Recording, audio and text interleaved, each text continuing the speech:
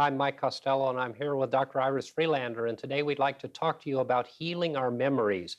In New Thought metaphysical philosophy, we talk a great deal about the fact that we live in our minds and not in the world.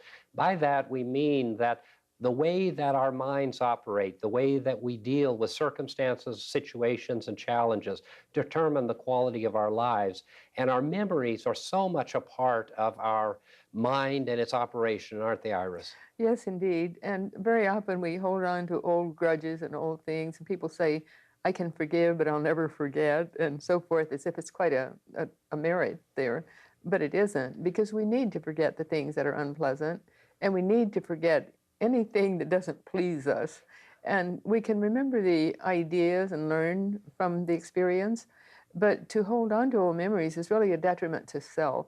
And so we're very wise when we just forgive and forget and go on without remembering. And we both have in our counseling, and I know I've heard you talk about it a great deal, where people hold on to old memories that are unpleasant for years, many years.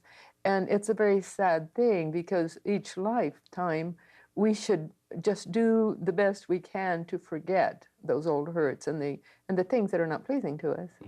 Yeah, as we go through life, I think so many people do draw upon those negative memories, and each time we bring them up, each time we relive them, they really hurt us even more than they did the first time. At least that's what I've found. And some people, especially in our counseling work, we find are able to take a hurt that may be significant and it may have been very genuine and real at the time, and relive it again and again and again, so that as it's relived in the mind and as it comes out in the thought process, it becomes even more painful and causes more and more and more damage as that individual moves through their life experiences. And of course, there are wonderful memories, and we need to hold on to those, but healing the hurtful memories is really something that we all need to do. And it's important for us, I think, to say also to our viewers that there's no one that doesn't have hurt memories and doesn't have some hurts in their mind and in their past. And I think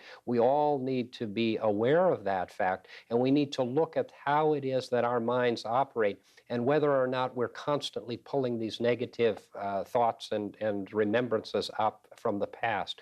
I know a lot of people that I've counseled, and you as well, especially in relationships, will so often judge a current relationship by a negative experience that happened in the past. And of course, what we see so often is people will repeat that experience, won't they? Yes, and that's so very unfortunate. And it seems that hurt memories are like compound interest on money. It just compounds itself, as you were actually saying. And as we allow that to compound in our consciousness, then we don't have room for the healthy, happy, wonderful things that happen from day to day. So not only is it a detriment in that way, but it's a detriment toward gaining wonderful experiences to remember. And we need to remember all the happy things that happen so we can call on them when we're having illness or troubles or problems.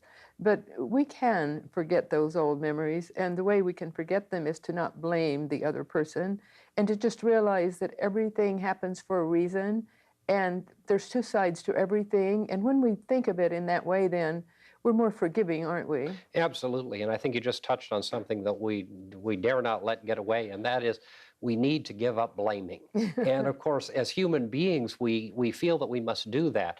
And yet, in reality, the blame game or assigning blame to any experience, especially negative experiences in our lives, never benefits anyone.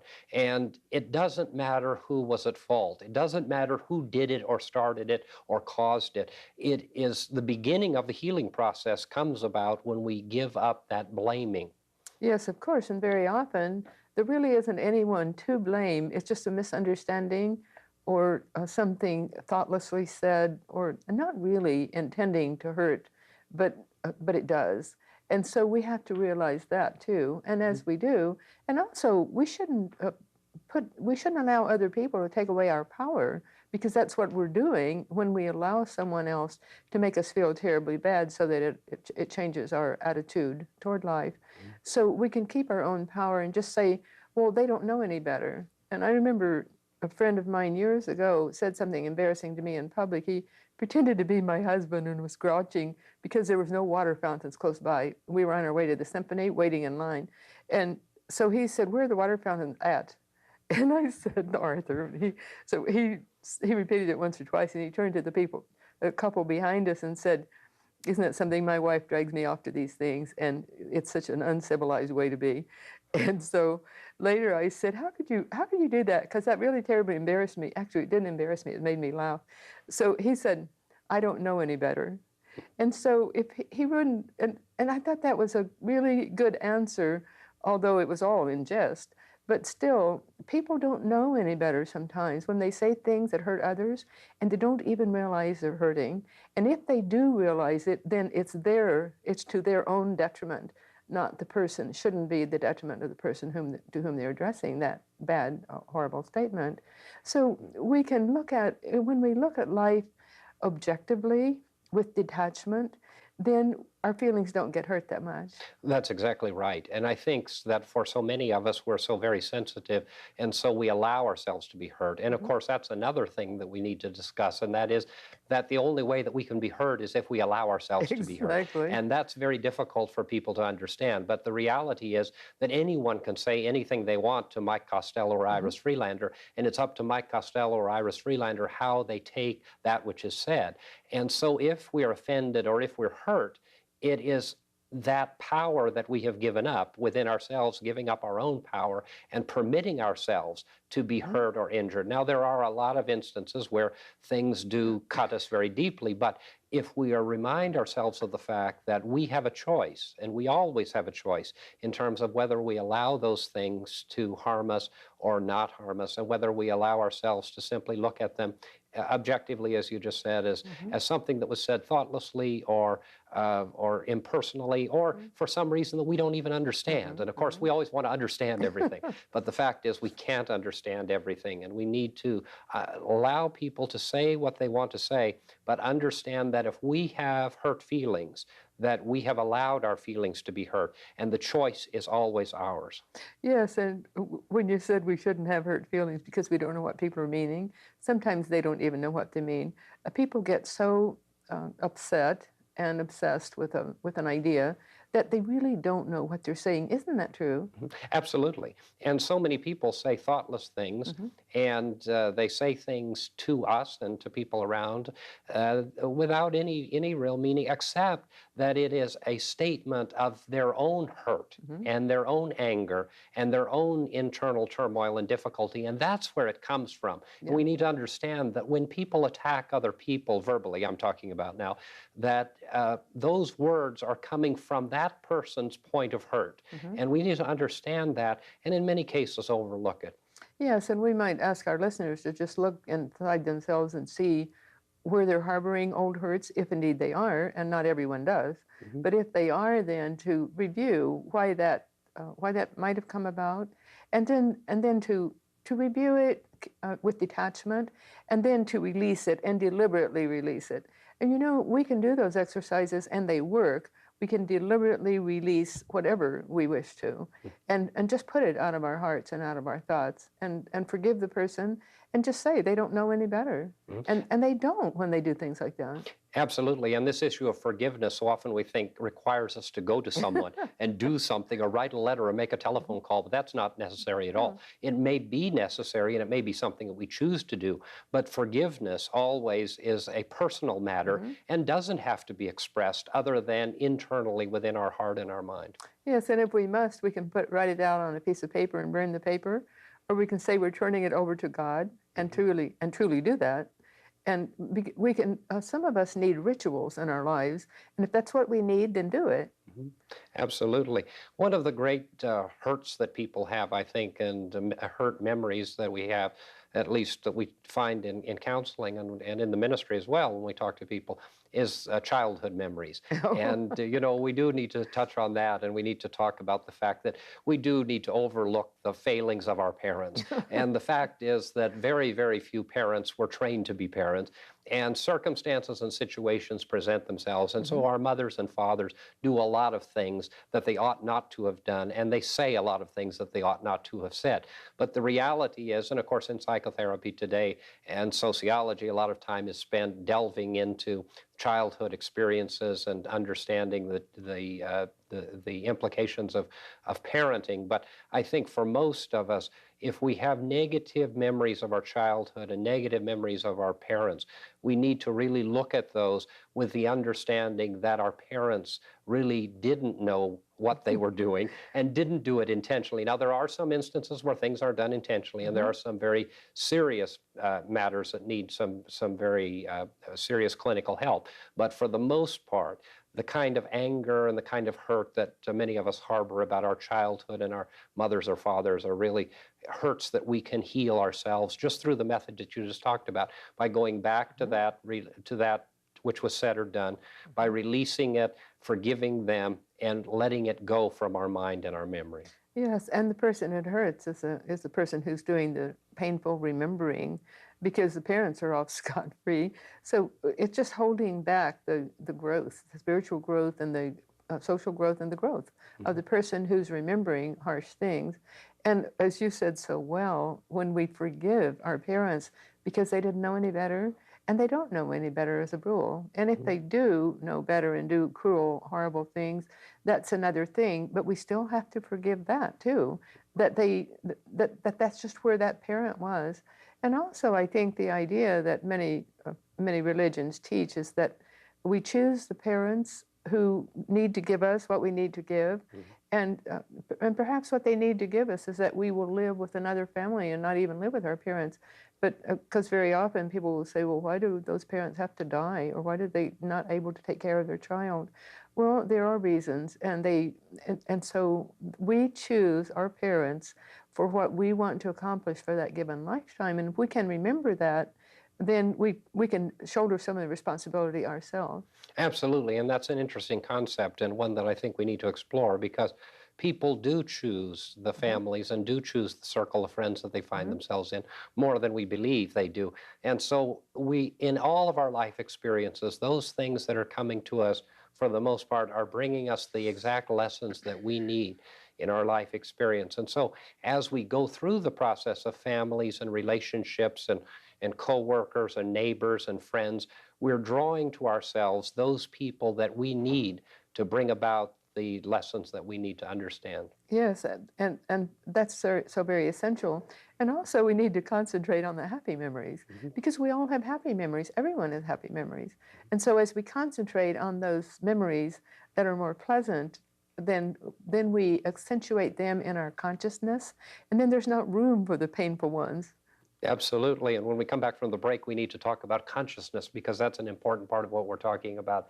We'd like to pause at this point in the program and offer you the opportunity to receive some literature so that you can continue to study the ideas and concepts we're sharing with you.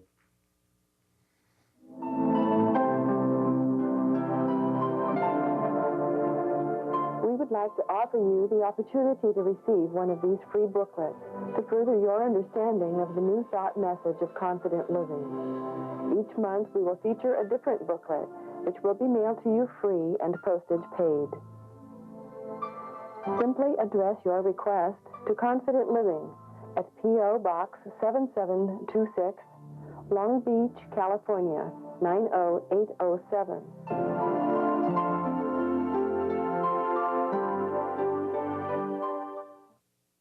In the time that we have left, let's touch on this issue of consciousness, because, of course, we talk in metaphysical circles a lot about consciousness, and I think a lot of traditional religious groups and spiritual groups may not have the same awareness that we have, but we do have a level of consciousness that is our reality, isn't it? Yes, and we can draw on a higher consciousness if we choose to, because life is a series of choices. We can keep our consciousness on a lower level and more earthy and the negativity aspect, or we can rise in consciousness and to a higher level. And our subconscious is always there, and the supraconscious is always present. So as we live in a higher state of consciousness, of happiness and relaxation, then we're more able and do draw from that subconscious and the supraconscious. And it's all a part of our own legacy. It's a part of our own heritage. It's a part of us implicitly. And so as we do that, we see from a more clear picture from a higher level. and we're living then from our higher consciousness.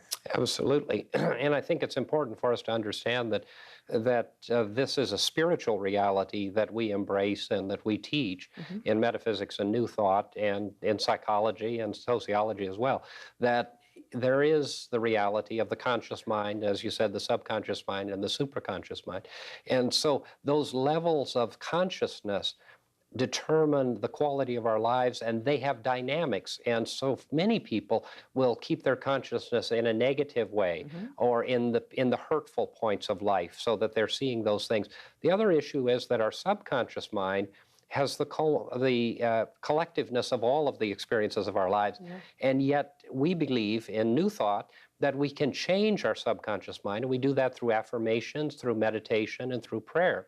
And if we change our subconscious mind, then the subconscious mind that is directed to our conscious mind becomes different than it was in its negative state. And so that's a wonderful aspect of the teaching that we have.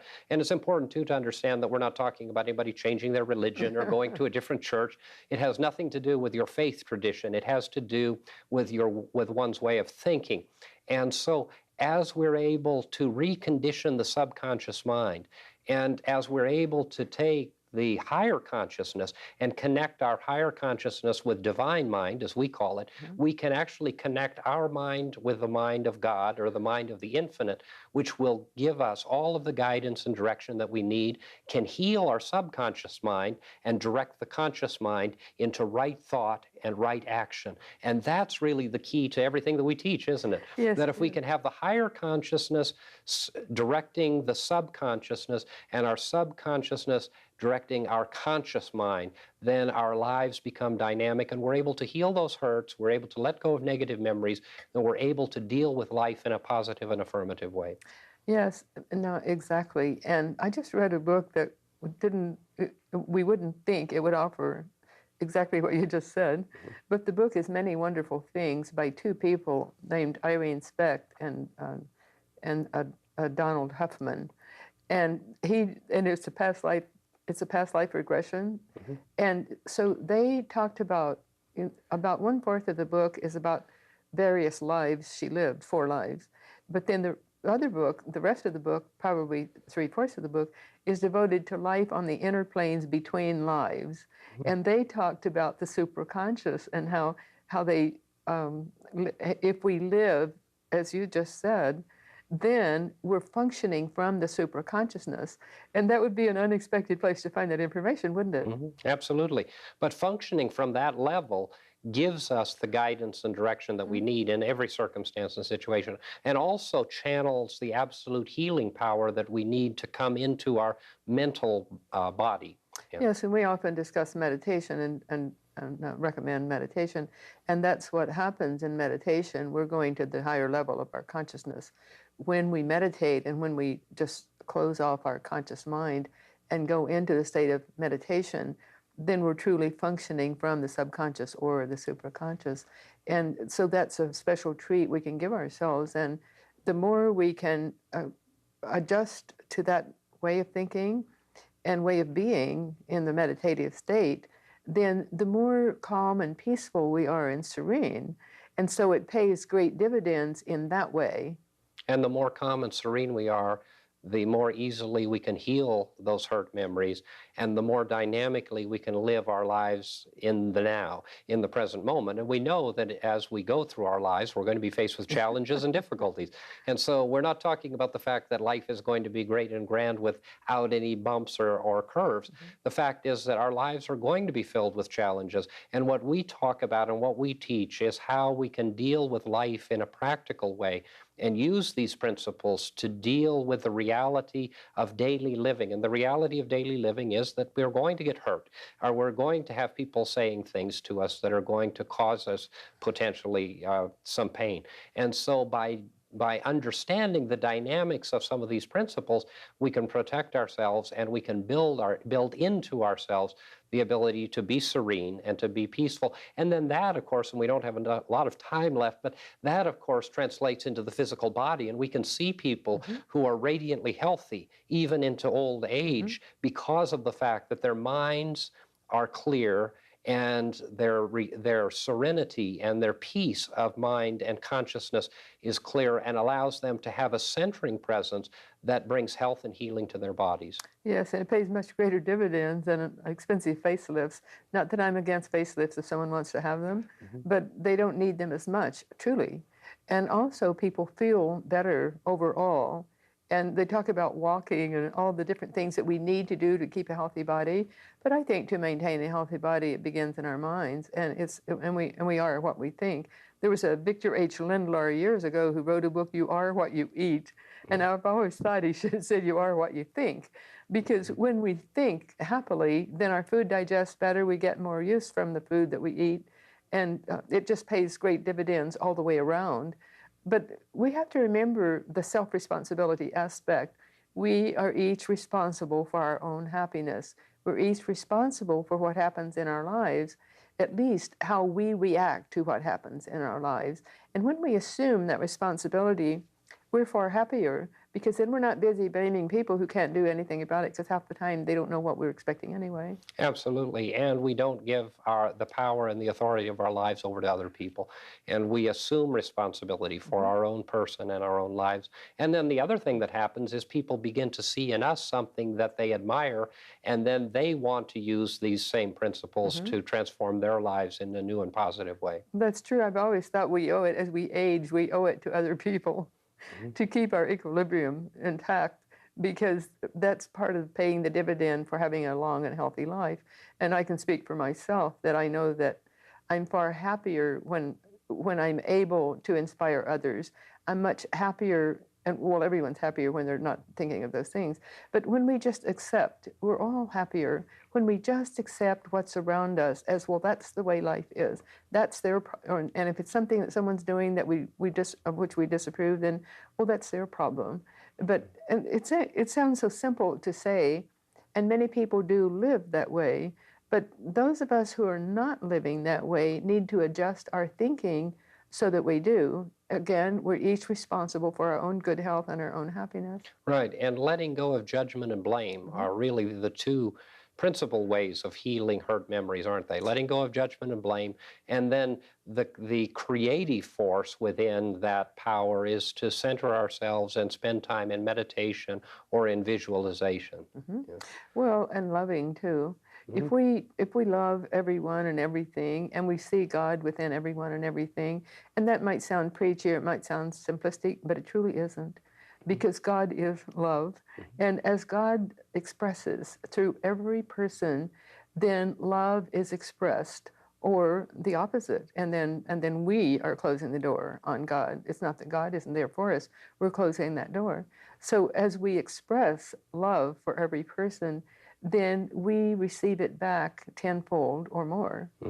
And that issue of love does go hand in hand with releasing blame or releasing judgment, giving up the way that we feel about other people and simply accepting them for what they are. And everyone is a perfect and whole child of God. They may not behave that way, but in truth they are. And of course, as Buckminster Fuller said, some of us are just less damaged than others.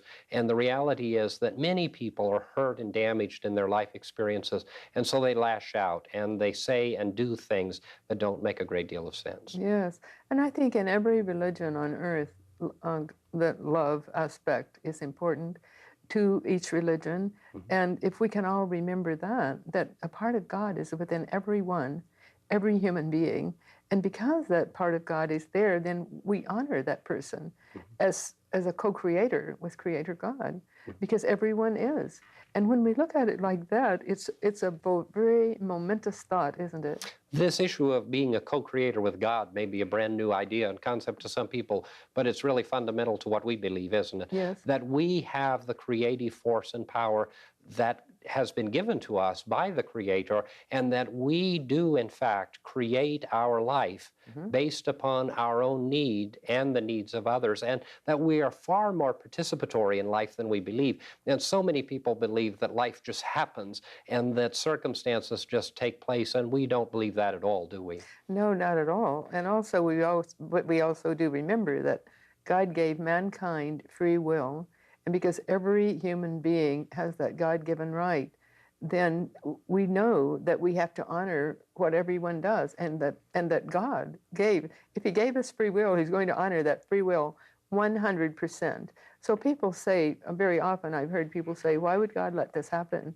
And I can't believe in God. Someone said that to me, a bereaved person not long ago, that how can I believe in God when He's allowed all these things happen in my life to take the persons He loved?